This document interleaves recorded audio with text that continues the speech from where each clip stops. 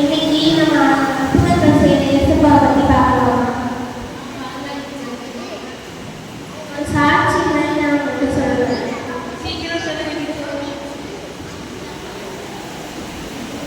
நான் ஒரு நாள் காலேஜ் படிச்சுட்டு போது எனக்கு செமஸ்டர் எக்ஸாம் இருந்துச்சு.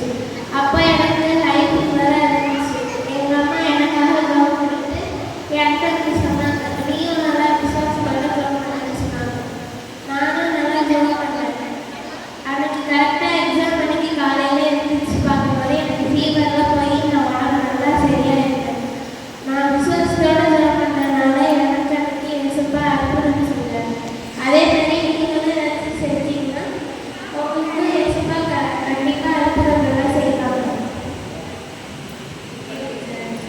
இன்னைக்கு நம்ம புதுசாக வரதுக்கோடய பார்க்கவே இல்லை. உங்கள் பேர்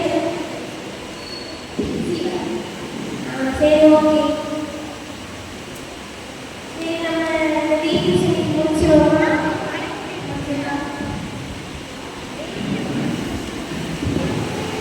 நாங்கள் தான் ப்ரே பண்ணுவோம். அந்த வயசுப்பா இன்னைக்கு வீட்டு நாங்கள் முடிக்க போகிறோம். நல்லபடியாக எல்லாரும் இன்னைக்கு கற்றுக்கிட்டதை யூஸ் பண்ணுறதுக்கு வெயிட் செய்யுங்க. இன்னைக்கு சாட்சி மாதிரி ஒன்று சொன்னோம். நல்லபடியாக பிரயோஜனப்படுத்துறதுன்னு செய்யுங்க. இன்னைக்கு வீட்டேஜ் முடிக்கிறதுக்கு நீங்கள் தான் வந்து சொல்லுங்க. அதுக்காக நன்றி. பேசிக்கொள்ள முடிக்கிறோம். நல்ல தலையாக வாங்க.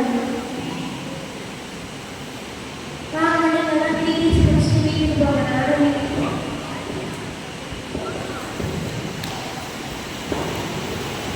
உண்மையாக இயேசுப்பா நம்ம எது ஜெபம் பண்ணி